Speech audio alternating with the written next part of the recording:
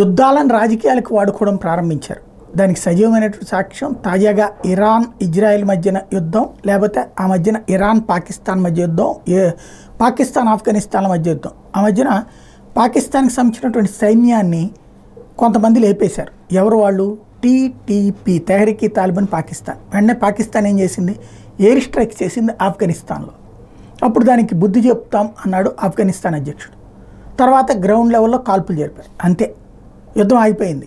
ఏం చేయట్లా. ఎందుకు? యుద్ధం అంతకంటే ఫ్లేరప్ అయితే ఇద్దరు సర్వనాశనం అవుతారని భయపడ్డారు. నెంబర్ 2, ఆ మధ్యన ఇప్పుడు మొన్ననే చూసాం ఇరాన్ ఇజ్రాయెల్ వార్. ఇరాన్ వెళ్ళి ఇజ్రాయెల్ మీద దాడులు చేసింది, ఇజ్రాయెల్ వచ్చి ఇరాన్ మీద దాడి చేసింది. ఎనఫ్, అక్కడతో ఆగిపోయింది. మళ్ళీ ఏం లేదు. ఇట్లాంటిదే ఇప్పుడు మరొక సంఘటన చోటు చేసుకుందని చెప్పాలా.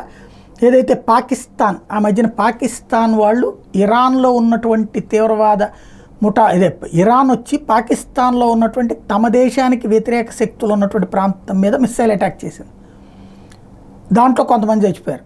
దాంతో ఆగ్రహించిన పాకిస్తాన్ ఇరాన్లో ఉన్నటువంటి తమ వ్యతిరేక శక్తులు ఉన్నటువంటి ప్రాంతం అని ఓ బ్లాస్ట్ చేసింది.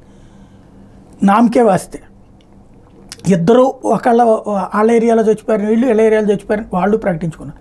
కానీ ఇప్పుడు అదే ఇరాన్ అధ్యక్షుడికి, ఇరాన్ ప్రధానమంత్రికి సాదర స్వాగతం పలుకుతోంది పాకిస్తాన్.